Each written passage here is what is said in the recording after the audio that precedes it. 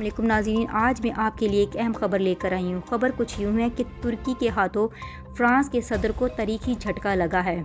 آج جو حال ترکی کے صدر نے فرانس کے صدر کے ساتھ کیا ہے، اس کی وجہ سے تمام مغربی میڈیا میں ہلچل اور ہنگامہ پیدا ہو گیا ہے۔ جیسا کہ ناظرین آپ سب جانتے ہیں، فرانسیسی صدر کی وجہ سے دنیا بھر کے مسلمانوں کی دل آزاری ہوئی ہے۔ جہاں پر دنیا بھر کے لیڈر بس باتیں کرتے رہے ہیں، وہاں پر ترکی کے صدر نے مغرب اور مغرب کے میڈیا کی پرواہ کیے بغیر جو قدم اٹھایا ہے، اور جس کی وجہ سے طیب اردوغان کے پورے عالم اسلام میں عزت میں اضافہ بھی ہوا ہے اور ان کی قدر بھی بڑھ گئی ہے۔